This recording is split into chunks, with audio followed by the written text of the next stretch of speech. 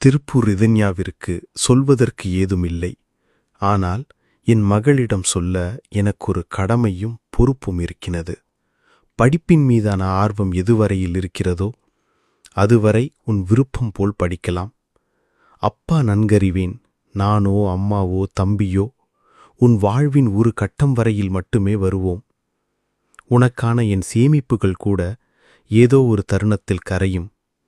கற்றறிவு மட்டுமே உன் கடைசி நாள் வரை கூட வரும். படிப்பிற்கு பின்பு உன் பொருளாதார தேவையை நீயே பூர்த்தி செய்யும் வேளை மிக அவசியம். அது உன் தகப்பனையோ வாழ்க்கைத் துணையோ சார்ந்திடாத ஒன்றாக இருக்க வேண்டும். படிப்பும் வேலையும் சரியாக அமைந்த ஒரு காலகட்டத்தில் கரடி பொம்மைகளை தூக்கி எறிந்துவிட்டு மனிதர்களை நீயே படித்து தெளிந்திருப்பாய்.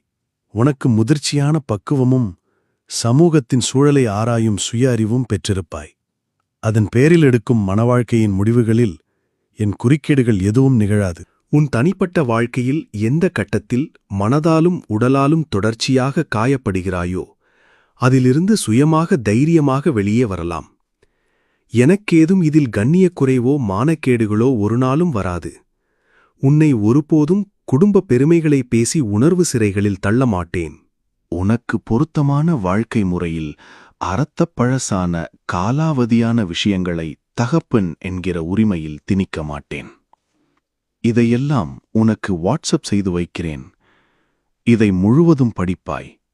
ஆனால் முழுவதுமாக புரியுமா என்றால் கொஞ்சம் காலமாகும்.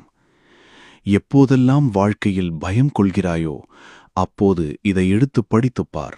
ஏதாவது ஒரு வார்த்தை அப்பாவின் பெயரில் உன்னுடன் இருக்கும். கடைசி வரை வாட்ஸ்அப்பில் காமெடி ரீல்ஸ் மட்டுமே அப்பாவிற்கு ஷேர் செய். ஒரு நாளும் அழுது கொண்டு வாய்ஸ் மெசேஜ் போடாதே. இங்கே அழுவதற்கு எதுவுமில்லை. வாழ்வதற்கு நிறைய இருக்கிறது. பெண் பிள்ளைகளை